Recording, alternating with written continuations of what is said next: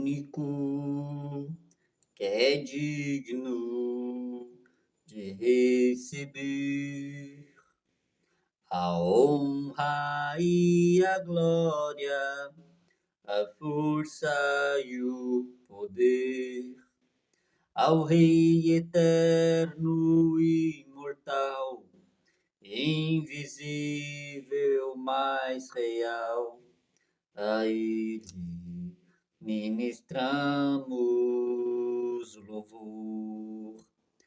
Hajime minasan, o genki desu ka? Como vocês estão? Muito bem, pessoal, estamos aqui de volta. Como eu disse, eu pretendo toda quinta-feira, que é minha folga, toda a minha folga, quando eu estiver no serviço, eu pretendo gravar uma pregação, uma mensagem. A última vez já faz um bom tempo, já faz o que, uns 15 dias, um mês quase.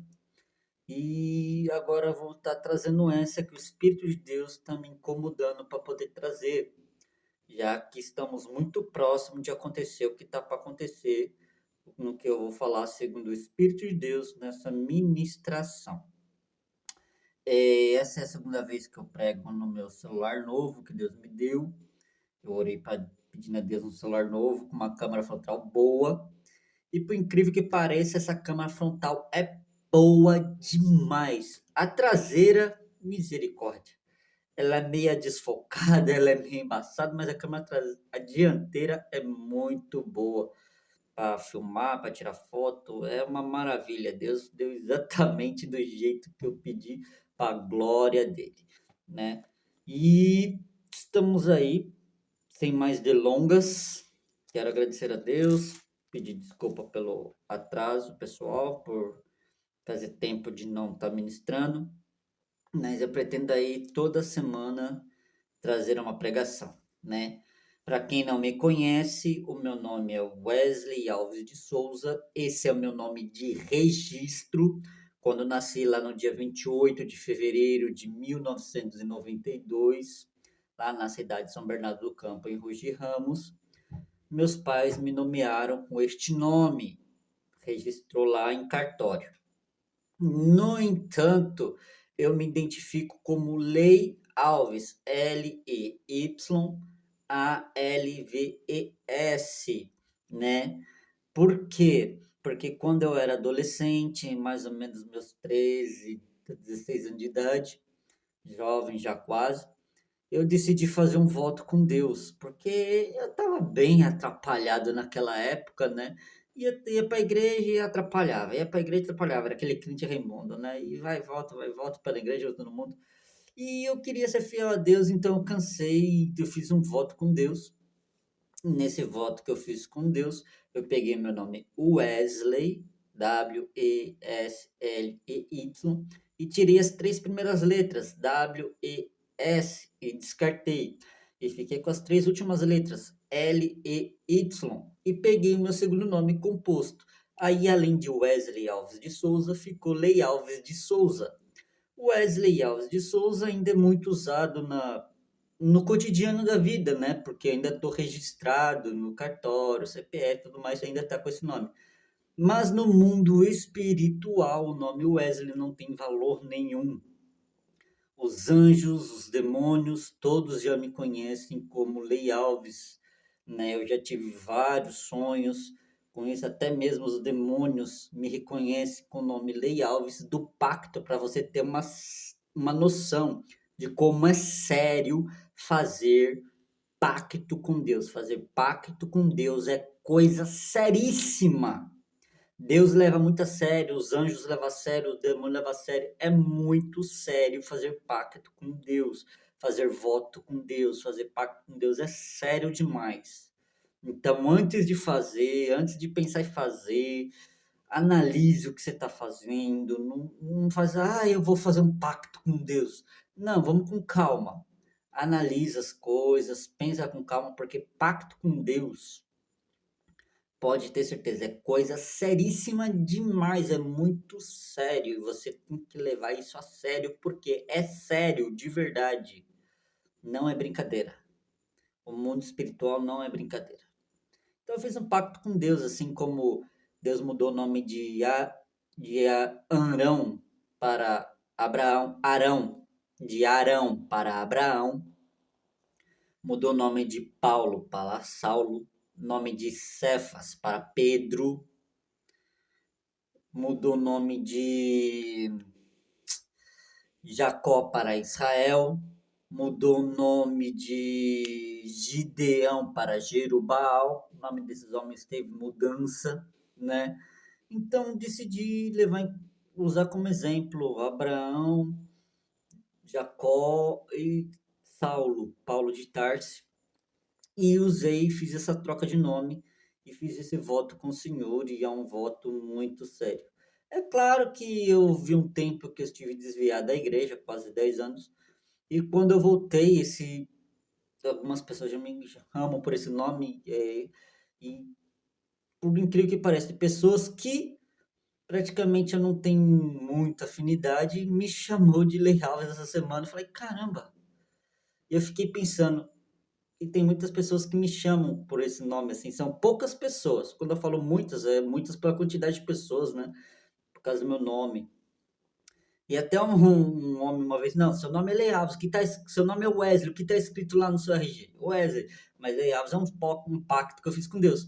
Aí ele ficava sempre batendo de frente assim comigo nessa conversa. Quando ele subiu no púlpito esses dias para falar, quando ele falou sobre minha pessoa, ele não falou meu nome de registro, ele falou meu nome do pacto que eu fiz com Deus. Eu fiquei totalmente impressionado, porque o Espírito de Deus estava naquele homem, então foi o Espírito de Deus. Então, Lei Alves é um pacto que eu fiz com Deus. É um nome que tem poder e força no mundo espiritual. Wesley é só um nome de registro qualquer que eu uso aqui, porque eu fui registrado com esse nome no dia 28 de fevereiro de 1992.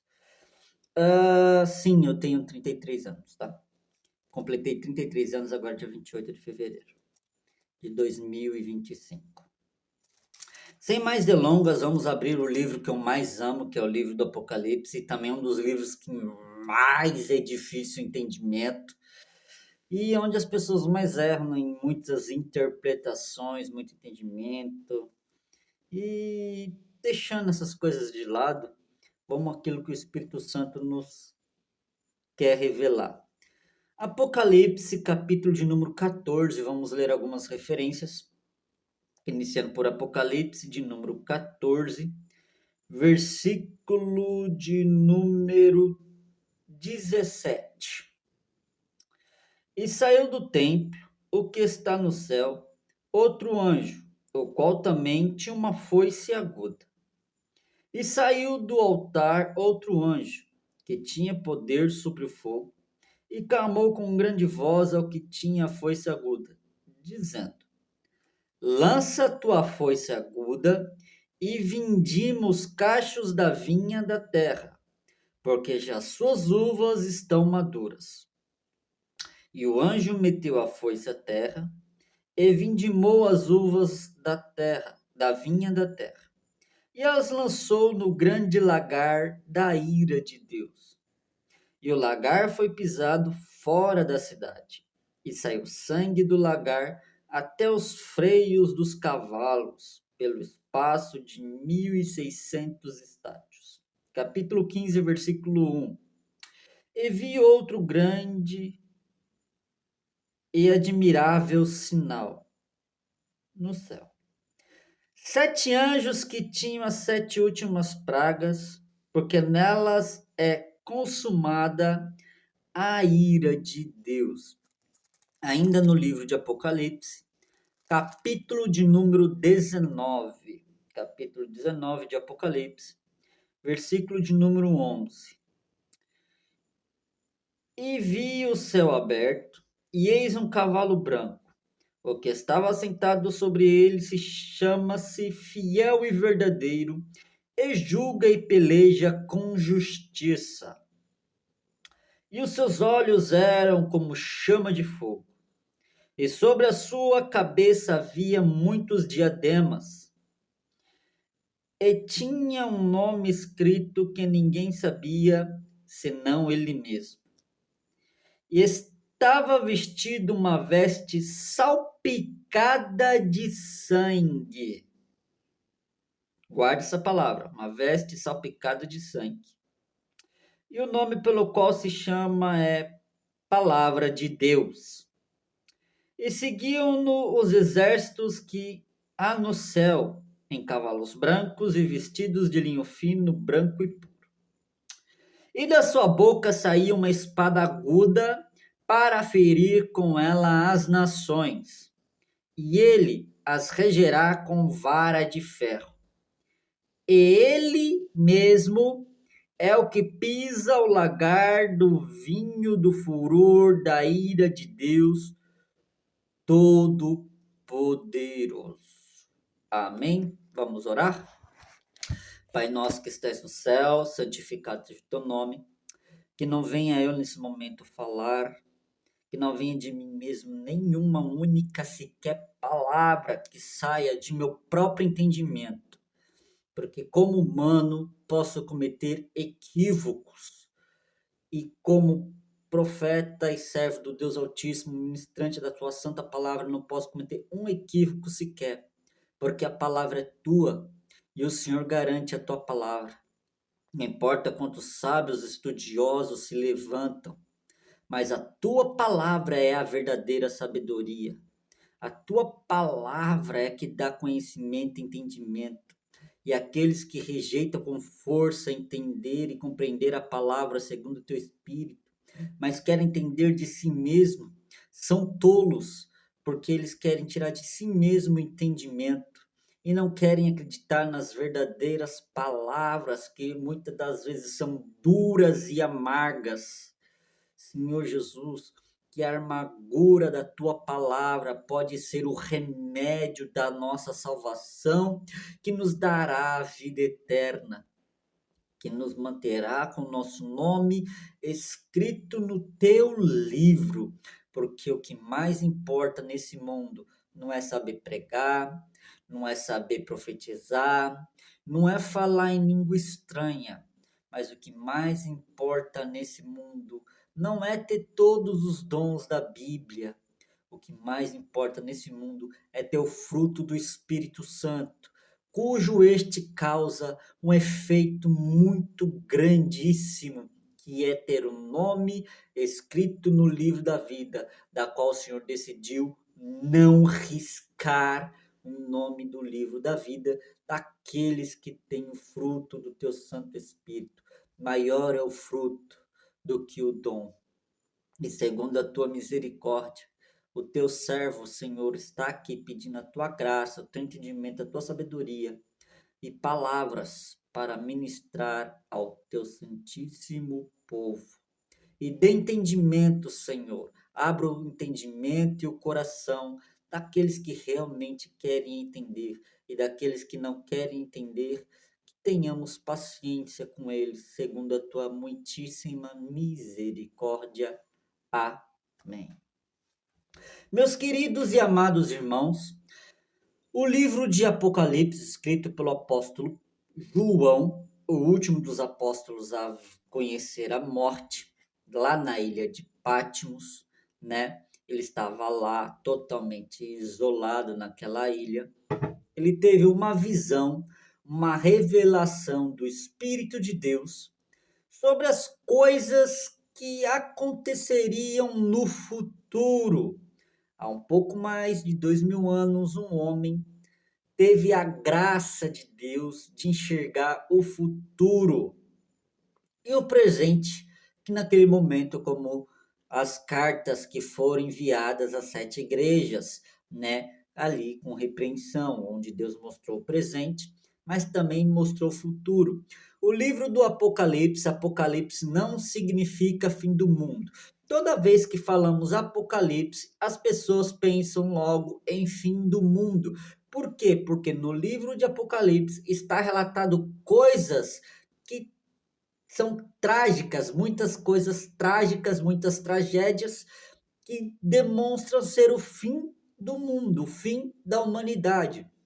Então, assim, sempre quando a pessoa coloca um filme que é apocalíptico, quando fala de apocalíptico, está falando de fim do mundo, está falando de acontecer coisas que de destruição, de caos e etc e tal, mas o livro de Apocalipse não tem nada a ver com isso. O significado da palavra Apocalipse não tem nada a ver com fim de mundo. Apocalipse vem do grego, cujo seu significado é revelar o futuro. Aquilo que estava encoberto foi tirado, ou seja, aquilo que a humanidade não via, aquilo que estava separado somente ao entendimento do próprio Deus na eternidade, Deus decidiu tirar a tampa e mostrar o que vai acontecer. Não é uma possibilidade, vai acontecer de um jeito ou de outro, não tem como escapar. A humanidade pode ir para a esquerda, pode ir para a direita, pode pular para cima, para baixo, pode ir para onde quiser, não tem para onde escapar, porque o livro de Apocalipse vai acontecer.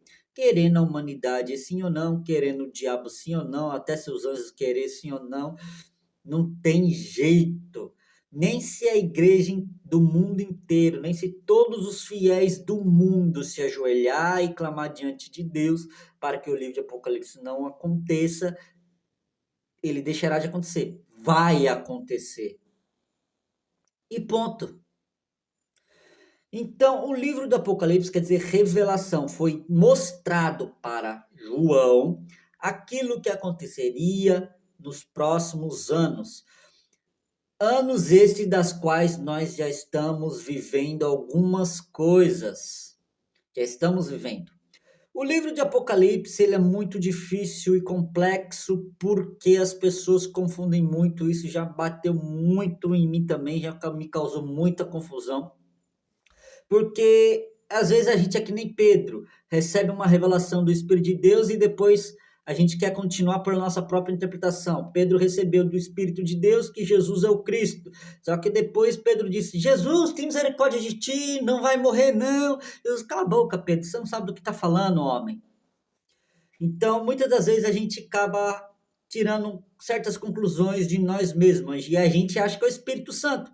O Espírito Santo nos revela A, e o ser humano acha que o B, o C e o D também foi revelação, só que o B, o C e o D foi própria interpretação dele. Ele mesmo tirou essas conclusões. O Espírito Santo não deu nada disso. Então a gente tem que tomar cuidado, porque a Bíblia é bem clara em dizer que não há outra interpretação bíblica a não ser aquela que vem do Espírito Santo de Deus. Ah, mas a interpretação dele é coerente. Tá, pode ser até coerente, pode até ter uma coesão, pode até estar ali, parecer que é, mas não é. Se não veio do Espírito Santo, 100% de certeza que está errado. Pode ter coesão, pode parecer que é, nossa cara, faz sentido, pode parecer que faz sentido, mas não faz sentido. Se foi do Espírito Santo de Deus, faz sentido. Se não foi, mas parece que é, mas parece que faz um sentido, não parece? Se não foi do Espírito Santo, foi sua própria conclusão. Então é melhor você tirar o seu cavalinho da chuva. Porque você está equivocado. É equívoco. 1.000.000% de certeza.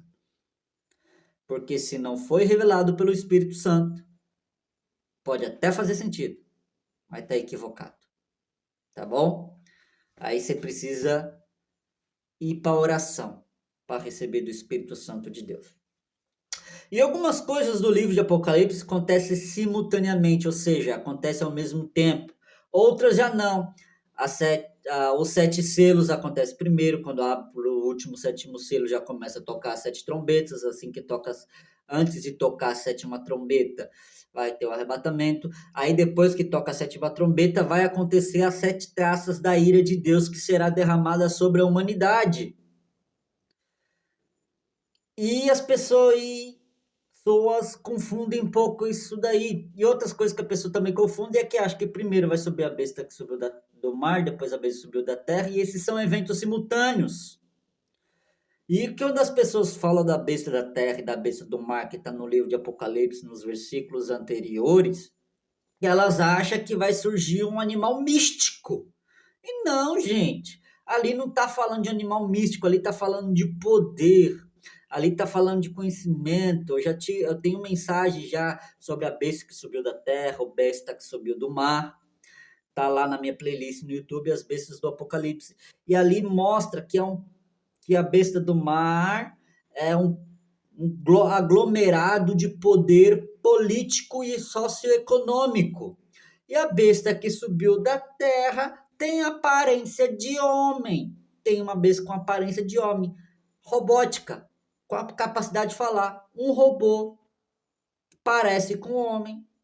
É um tipo de humanoide e consegue falar através da inteligência artificial. Então a besta que subiu da terra já está entre nós. E a besta que subiu no mar também. E eles estão trabalhando debaixo dos panos, preparando o caminho para o anticristo e o falso profeta. E depois disso, vai ter todas essas tragédias que estão acontecendo, vai ter muito evento que vai acontecer simultaneamente, muito evento separado. Então, o livro de Apocalipse é complexo, porque um evento que está acontecendo lá no capítulo 14, como nós já lemos, também está acontecendo no capítulo 19, como nós já lemos. Então, capítulo 14, alguns versículos do capítulo 14 com alguns versículos do capítulo 19, estão contando eventos que irão acontecer simultaneamente ao mesmo tempo. E isso causa um puff na mente, dá um tilt, dá um bug na mente na gente. A gente dá um bug, a gente fica meio assim, dá um lag, a gente fica meio uou, sem entender, porque é meio complexo. O apóstolo João, ele não escreveu o livro do Apocalipse de ordem de acontecimento, sequência de acontecimento. Ele contou o livro do Apocalipse conforme foi lhe revelado, conforme ele estava vendo. Primeiro ele contou uma história, depois ele contou outra história. Então ele viu simultaneamente alguns eventos, só que ele não colocou simultâneo. Ele pegou uma parte, explicou, e depois pegou outra parte e explicou. Só que são eventos simultâneos. Então, é complicado a narração, né? A gente tem uma interpretação da narração do apóstolo João, né? Tem a interpretação normal que a gente aprende na escola de interpretação de texto normal, interpretar essas coisas, mas a gente precisa do Espírito Santo porque a gente está falando da Bíblia e não de conhecimento de um livro qualquer. Então, acabando os 7 selos, vem as 7 trombetas. E eu vou falar uma coisa aqui que pode escandalizar muitos assembleianos. Eu sou assembleiano e isso não vai mudar. Muitos assembleianos podem não gostar do que eu vou falar aqui, mas eu vou falar assim mesmo. Muito é pregado que a igreja não vai participar da grande tribulação, porque Deus não pôs o seu filho para ira. Sim, só que a ira de Deus não está na grande tribulação. A ira de Deus está depois da grande tribulação, onde as coisas serão ainda piores. A ira de Deus não é para o seu povo. A ira de Deus é para aqueles que não são o seu povo. Então, aqui no livro de Apocalipse, onde nós lemos,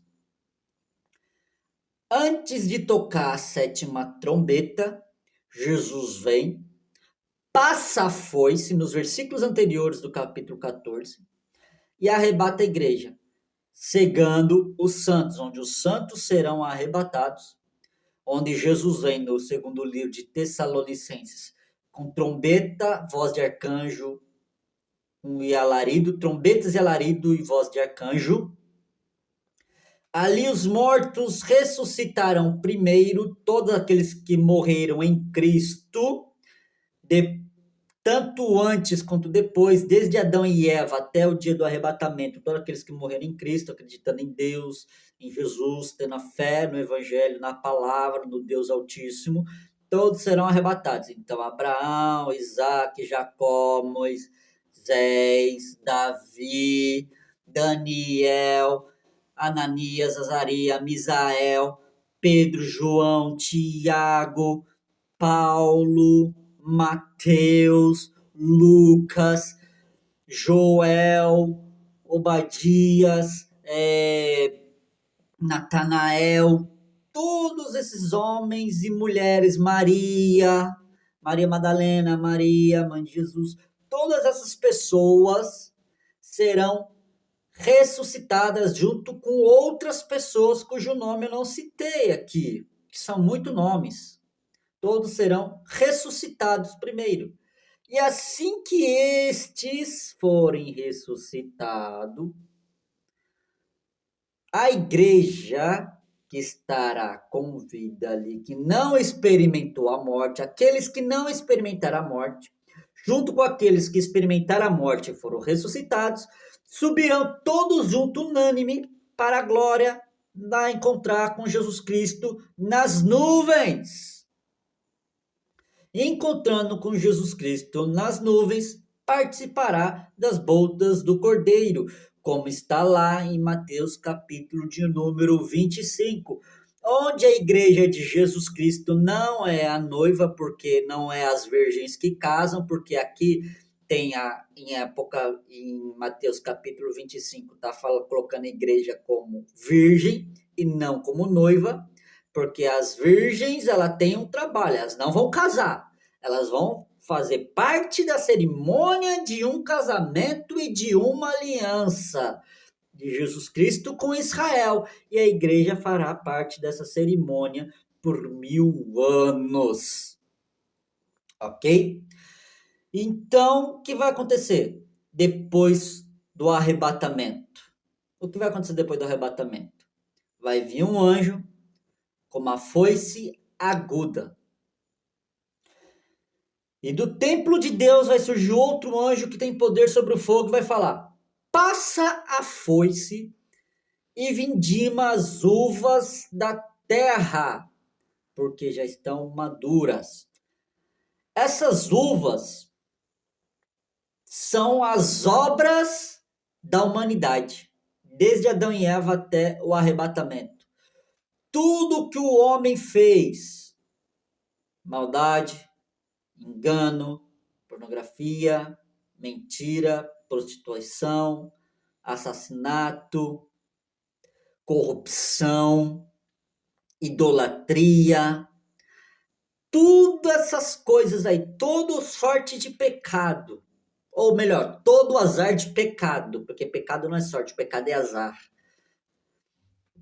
Todo tipo de pecado que foi cometido desde Adão e Eva até o arrebatamento da igreja, estão todos ali naquelas uvas da terra, cujo um anjo irá vindimar. Essas uvas será levada a um lagar. Lagar é onde pisa a uva para para extrair o seu suco. Ela não é espremida, ela é pisada para extrair o suco da uva, né? Então tem um lagar, um lugar onde vai pisar a uva para extrair o seu suco, sendo elas esmagadas. Este lagar fica fora do templo de Deus, fica fora do santuário, fica fora do céu. E esse lagar fica do lado de fora. E quem é que vai esmagar as uvas da ira de Deus? Apocalipse, capítulo de número 19. Jesus Cristo. Porque Jesus Cristo, na veste de Jesus, é uma veste branca, mas na veste de Jesus tem salpicados de sangue. Tem sangue salpicado. Ou seja, foi respingado sangue. Quando se esmaga as uvas, é óbvio que a roupa longa vai sujar, por causa dos respingos do movimento de estar esmagando as uvas, vai respingar aquelas gotas nas vestes. E o próprio Jesus é aquele que irá pisar. Apocalipse, capítulo de número 19. Irá pisar as uvas vindimadas pelos anjos após o arrebatamento. Para quê?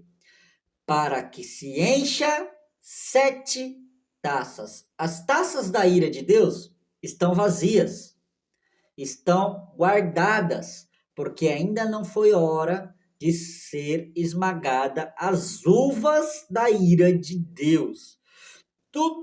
causa pecado e causa ira em Deus ainda está na terra. Tudo aquilo que causa ira em Deus, por causa do pecado, ainda está na terra. Depois que a igreja for tirada, que é a igreja santa, que é o sal da terra e a luz do mundo, só sobrará pecado. Não sobrará nada de santidade. Só pecado. Então, todo pecado tá ali naquelas uvas. E Jesus irá esmagar fora do lagar. Irá esmagar todas elas. E no livro, capítulo de número 14, a Bíblia diz que vai se encher e vai escorrer até os cavalos, até as correias dos cavalos. E no capítulo de número 15, versículo 1, já começa a falar de 7 anjos, com as últimas 7 pragas. Essas últimas 7 pragas são as 7 taças ou 7 cálices da ira de Deus, que foram enchidas com as uvas vindimadas no capítulo 14, da qual nós lemos, que foi esmagada por Jesus, no capítulo que menciona no capítulo 19. Antes de Jesus sentar no cavalo e vier para a terra para subjugar a terra e os pecadores, ali estará a queda da Babilônia. Jesus vem para dar continuidade à queda da Babilônia. Então, Jesus vem depois que os 7 anjos derramam as 7 taças. Então, Jesus pisa as uvas, se enche de sangue, que são as uvas da ira de Deus. Ali está cheio de ira de Deus. Os anjos enchem as 7 taças e começa a derramar as 7 taças da ira de Deus sobre a terra. E acontece muitas e muitas tragédias, porque é ira total. E o que acontece depois, no capítulo 15, 16, 17, 18? A queda da Babilônia e uma grande lamentação daqueles que ganhavam com a Babilônia, aqueles que se engrandeciam com a Babilônia, se exaltavam com a Babilônia, tirava tudo da Babilônia, vão chorar amargamente, olhando de longe a Babilônia.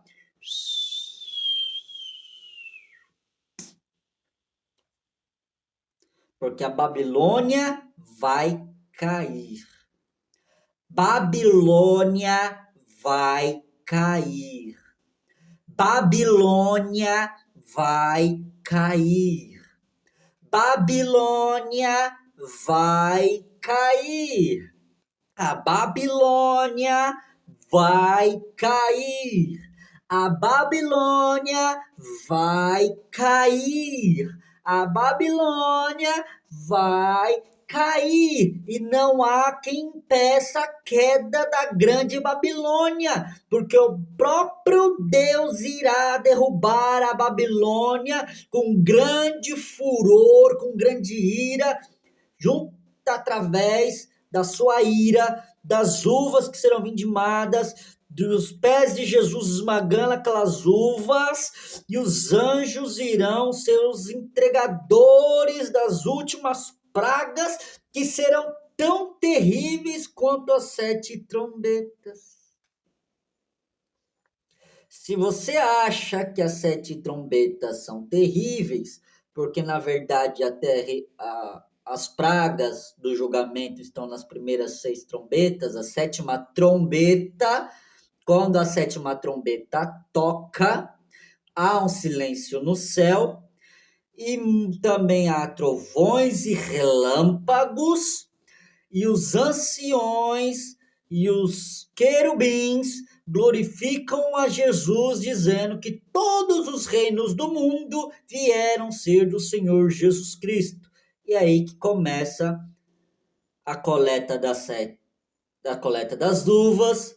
Jesus esmaga as uvas, enche as 7 taças, são derramadas sobre a terra, e Jesus monta em seu cavalo branco, com as suas vestes salpicadas de sangue, de esmagar as uvas no lagar, e vem para a terra para subjugar com mais terrível ainda juízo.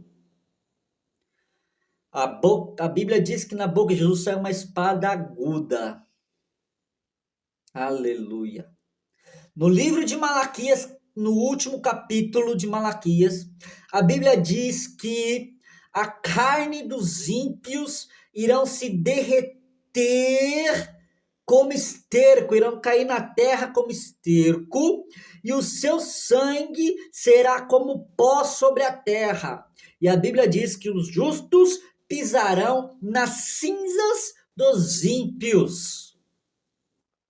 A Bíblia, no livro de Apocalipse, capítulo de número 19, também fala que um anjo chama as aves do céu para comer a carne dos mortos que tentaram se levantar contra Jesus Cristo depois de sofrer a ira de Deus das 7 taças. Mas serão todos subjugados pela justiça de Deus. Todos serão subjugados pela justiça de Deus. A grande Babilônia, que faz os homens ganhar dinheiro com a prostituição. A grande Babilônia, que faz as pessoas ganhar dinheiro com tráfico humano, com tráfico de órgãos, que faz ganhar dinheiro com muitas coisas mais terríveis. Tudo isso vai ter fim.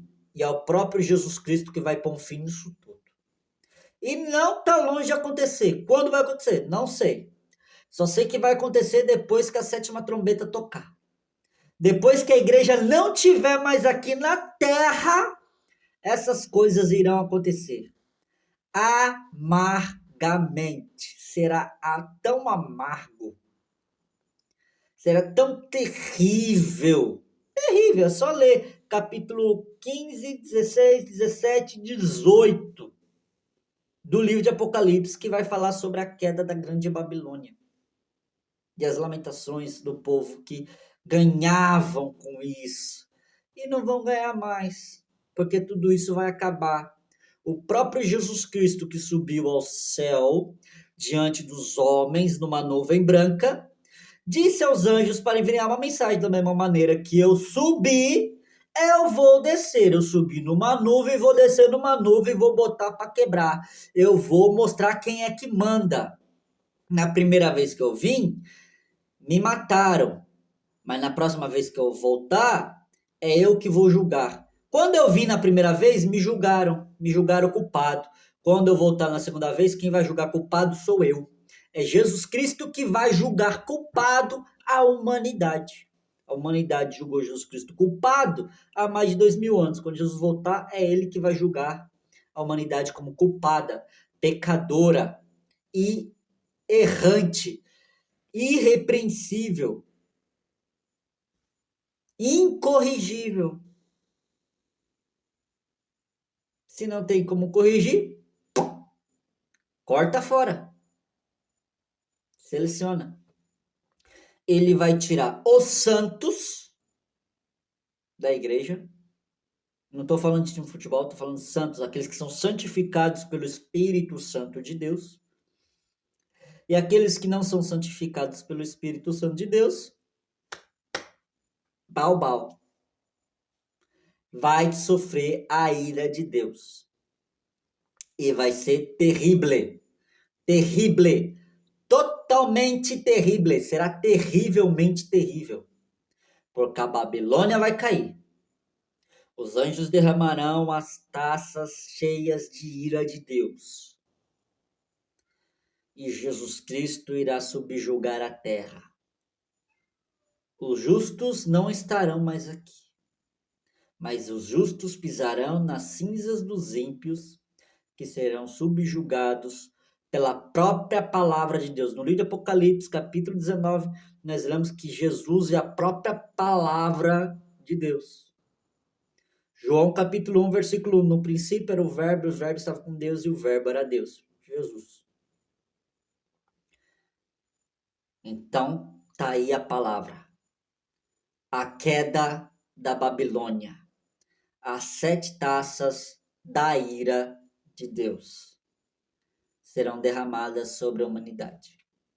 E se você não quer sofrer da ira de Deus que virá, não quer ter sua carne como esterco de boi, seu sangue como pó derramado, se você não quer ser cinza pisada pelos justos, se você não quer se transformar em cinzas para ser pisada pelos justos, ainda há tempo de você se arrepender, confessar a Jesus Cristo, ter uma vida com Jesus Cristo, se aprumar com Jesus Cristo, porque Jesus Cristo está vindo e não vai demorar.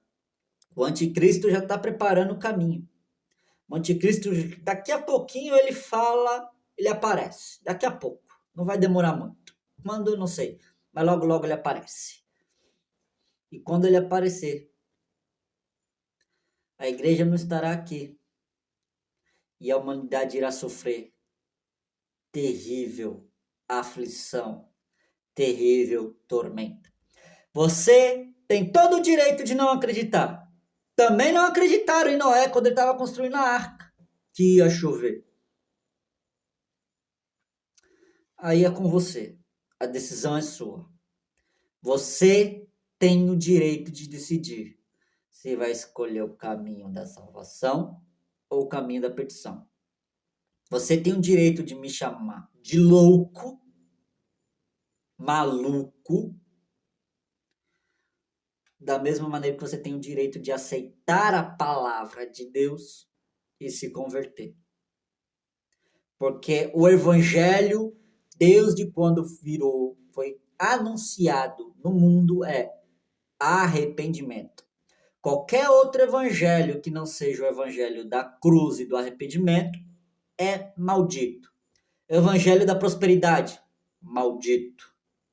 Evangelho da prosperidade é maldito. Evangelho coach, maldito. É um evangelho amaldiçoado, é um evangelho maldito. Não dê ouvidos ao evangelho da prosperidade, não dê ouvidos ao evangelho dos coach, porque são anátema, maldito. Vocês estão levando maldição para si mesmos. Porque o evangelho verdadeiro é do arrependimento e da cruz. Porque Jesus Cristo vem com justiça e juízo. Tá, mas é misericórdia. Deus é misericordioso? Você não aceita a misericórdia de Deus se chama Jesus Cristo na cruz do Calvário. Jesus Cristo é a misericórdia de Deus na cruz. Basta você aceitar o evangelho da cruz, basta você aceitar Jesus, que você receberá misericórdia. Tanto é que você será tirado da terra para não sofrer da ira, porque a terra vai sofrer a ira. Mas quem não vai sofrer a ira, receberá misericórdia. E a misericórdia são para aqueles que querem realmente a misericórdia. E para querer a misericórdia, tem que querer Jesus. Porque Jesus Cristo é a misericórdia. Porque Jesus Cristo, Deus também é justiça e juízo. E virá sobre a terra. E não vai demorar. E vai ser terrível. Se você não quer lamentar e virar cinzas para ser pisado, se torne justo diante de Deus, confessando seus pecados e se convertendo ao único Deus que pode te salvar da própria ira.